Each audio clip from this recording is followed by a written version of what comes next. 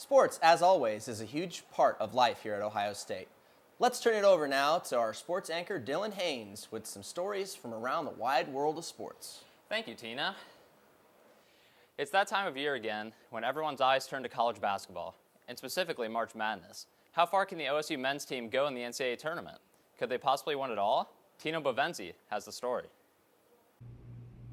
It's March and the madness is sure to begin. The 2015 NCAA tournament begins with Selection Sunday on March 15th, and play starts on March 17th in Dayton, Ohio for the play-in games. Columbus will get its full dose of tournament action, with the second and third rounds being played from March 20th through the 22nd at Nationwide Arena here in Columbus. How are students preparing for the tournament, and how far do they think the Buckeyes can go?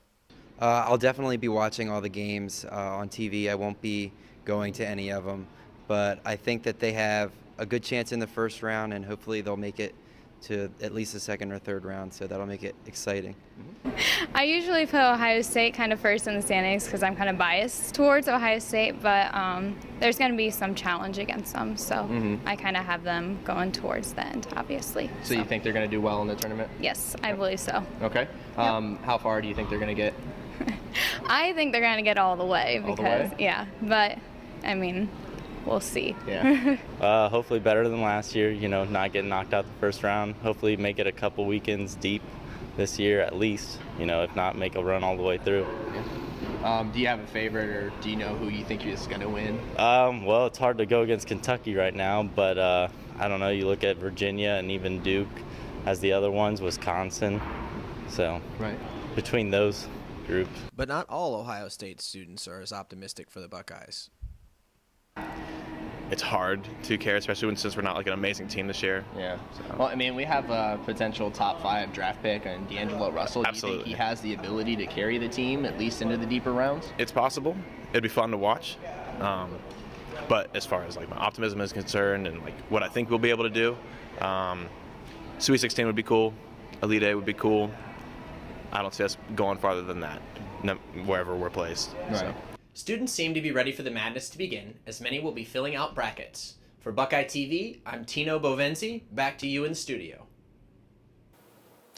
It sure looks like the OSU faithful are ready for the madness. The Buckeyes, of course, have to go through the Big Ten tournament before the big dance, with their first game coming on Thursday against the winner of Rutgers and Minnesota. Another Ohio State team has joined the ranks of the Big Ten Conference. Iran Hammy has the story. It's a new era for men's lacrosse. It's the first year of Big Ten play here at Ohio State. Yeah, the Big Ten Conference is one of the most storied conferences in our nation's history. Formerly part of the Eastern College Athletic Conference, Ohio State now joins the ranks of Maryland, Michigan, Penn State, Rutgers, and Johns Hopkins. The conference has a combined 56 national titles. They're both great conferences. Playing in the ECAC with teams like Denver and Loyola and Hobart and teams like that are great teams. But now in the Big Ten, it's Maryland. It's the storied programs like Hopkins, Maryland, and still got Penn State, Michigan, and Rutgers. So it's top to bottom. I believe the best conference of lacrosse in the country. Well, I think with Maryland and Hopkins jumping into the conference with us, you have just over 50 national championships that come along with them. So your conference overnight. Really, is one of the tops in all of college lacrosse. 28 sports a part of the Big Ten Conference. 2 Big Ten teams are currently ranked in the top 20 in the nation, as well as the 3 remaining non-conference opponents. Chris May said it makes their schedule a bigger challenge. Bringing in our Big Ten Conference, it adds another dynamic to our schedule. Bringing in Maryland, bringing in Johns Hopkins, those are 2 talented teams. Top 20 teams, and they deserve to be there. They're ranked for a reason. So anytime you get a chance to play a top 20, top 10 team, it's a great opportunity. I know the guys love it, and really looking forward to those games, and I think it's a great opportunity for us as a program. The inaugural Big Ten tournament will be held at Maryland April 30th to May 2nd. The Buckeyes are now 5-2 after beating Hofstra here in the Shoe on Saturday. Ohio State has 3 more non-conference games before beginning Big Ten play for the first time, starting March 29th against Penn State. Reporting for Buckeye TV, I'm Iran Hammy. Another Buckeye team proved its worth last weekend by winning the Big Ten. Matt Conkling has the story. This past weekend, the wrestling Buckeyes competed for a chance to be atop the Big Ten. Ohio State hosted the 2015 Big Ten Wrestling Championships at St. John Arena. As a preseason favorite to win it all, Ohio State came into the tournament ranked 3rd in the Big Ten and 4th in the nation, behind Big Ten foes Iowa and Minnesota. To kick it off, 125-pound wrestler Nathan Tomasello defeated two-time Big Ten and NCAA champ Jesse Delgado of Illinois 3-2 to earn a spot in the final. In the final, Tomasello beat Thomas Gilman of Iowa 3-2 to earn himself the Big Ten championship. It was just a dream come true. I mean, to win as a freshman is just been one of my goals since I've been a youth. So it was awesome. Up next for the Buckeyes, 141-pound wrestler Logan Stieber raced his way to his title by tech falling Josh Dizua of Iowa 16-1. Yeah, I couldn't have written any better than this for Big Ten. So we'll have a couple days off, a couple hard days, and then get ready for St. Louis. Stieber looks to be the 4th wrestler ever to win 4 national titles. When it was all said and done, Ohio State could not outpace Iowa. Both teams were named co-champs of the Big Ten with 120 points. Ohio State earned its first Big Ten championship since 1951. Along with 2 individual champions, the Buckeyes finished with 2 second place, 2 fourth place, 1 fifth place, and 1 sixth place finishers. Coach Tom Ryan was optimistic with the Buckeyes' Big Ten finish. So I'm really proud. We got more work to do. We got two big weeks coming up, and let's go get a national championship along with this one. With Big Ten's concluded, Ohio State looks forward to the NCAA Wrestling Championships to be held on March 19th through 21st. The Buckeyes seek their first national team title, while Logan Stieber tries to make it 4 for 4. Reporting for Buckeye TV, I'm Matt Conkling. While the wrestling team is enjoying its successes, the Ohio State men's tennis team suffered a bit of a heartbreak over the weekend. The Buckeyes lost 4-3 to number 1 Oklahoma to end their home winning streak at a remarkable 200 contests. The Buckeyes were previously undefeated in Columbus since April 2003. They are now 12-4 overall on the year. 2 of the world's greatest boxers are finally ready to touch gloves. Yours truly has the story. One of the most anticipated fights in boxing history has finally become a reality. Floyd Mayweather Jr. and Manny Pacquiao have finally come to terms on an agreement to a fight that will take place at the MGM Grand Garden Arena in Las Vegas on May 2nd, 2015. How are the students reacting to this news, and who are they pulling for in this bout? I'm rooting for Pacquiao because despite my limited expertise on the subject, I like Pacquiao's style. I think that Mayweather, I know this fight's been anticipated, but I think he's been getting a little too complacent. So I think Pacquiao is going to kind of come out of nowhere. I think he's going to surprise him. I feel like Mayweather's going to win. Didn't really look at much of his fights. Most of the time I've been waiting for Pacquiao. I've been rooting for Pacquiao.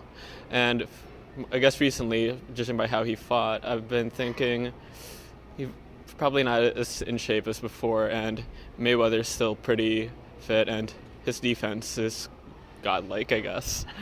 I'd probably have to say Mayweather might win just because his defense, although Pacquiao does have a very good punch. I was excited. Obviously, we've been waiting for it to happen for a couple of years now. They're both a little out of their prime, which is unfortunate. Didn't happen a couple of years ago. I'm excited. I'm definitely going to watch it, whether or not I pay for it to go to a restaurant or something. And I do think Pacquiao's going to win. I'm sorry. I think Mayweather's going to win. I think Pacquiao's going to lose. Are you rooting for Pacquiao then? No, I really don't have a rooting interest. I just want to see a good fight. Mayweather usually goes the whole time. I think he'll go the whole way, but he'll win by decision. Money Mayweather will put his undefeated record on the line and what many feel will be the toughest test of his career. While Vegas odds makers have Mayweather as the odds-on favorite, Pacquiao has the punching power to put a dent in Mayweather's perfect record. Reporting for Buckeye TV, I'm Dylan Haynes. Good story, Dylan. The OSU men's basketball team concluded its regular season on Sunday against Wisconsin. Our own James Grega has the story on why attendance slipped during the 2014-15 season. Heading into Ohio State's regular season finale against Wisconsin, the men's basketball team had yet to record a sellout in the 2014-2015 season at the Schottenstein Center.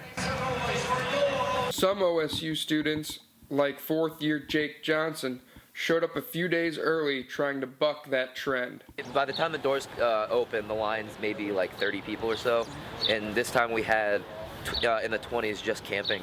The larger line was likely due to the Buckeyes playing a highly ranked team, something OSU did not do at home often this season. Scheduling this year at home wasn't great. You know, we didn't have any marquee games other than this one coming up. Johnson said that the lack of attendance at the Shot might have been due to the hangover effect from football season, which produced a national championship. I think it might have, and I'm not sure why, but after the first couple games, I know after the championship game, there was a lot less people here. Another member of Block O, Sam Reed, said he believes part of the reason attendance was down this year was due to new student ticket packages offered this season. I think students just really weren't used to this package. You know, this is the first year for it, so they kind of thought, like, maybe if I didn't buy this package, or if I did buy this package, then they didn't know how it would work for later packages. You know, previous years they just bought it at the beginning, and they knew they had the tickets for the whole year, so they would come when they could. And you know, so this year is a little bit different. We try to get more incentive for people to come out, and I think people just weren't used to it. But with the biggest game of the year looming, he said the atmosphere in the Schottenstein Center should be different this time around. I think it's going to be a lot better just because it's the biggest game of the year. We're playing the number 6 team in the nations, and we're playing for a chance to get a good seed in the Big Ten tournament. So I think it's going to be a lot better than the previous games. While the biggest game of the year drew a large crowd, it didn't pack every seat as the Schottenstein Center failed to produce a men's basketball sellout crowd in a season for the first time since opening its doors in 1998. While Ohio State was able to field its largest crowd of the year this year, on Sunday, it didn't make a difference as these seats emptied very quickly as Ohio State fell by more than 20 points to the Wisconsin Badgers. For Buckeye TV, I'm James Grega. And that's sports. Back to you guys. Thanks, Dylan. Looks like there are some great sporting events to look out for, as always. When we come back, a pair of holidays have the OSU community in the March holiday spirit. And how can you help people while having an unforgettable trip over spring break? Stay tuned.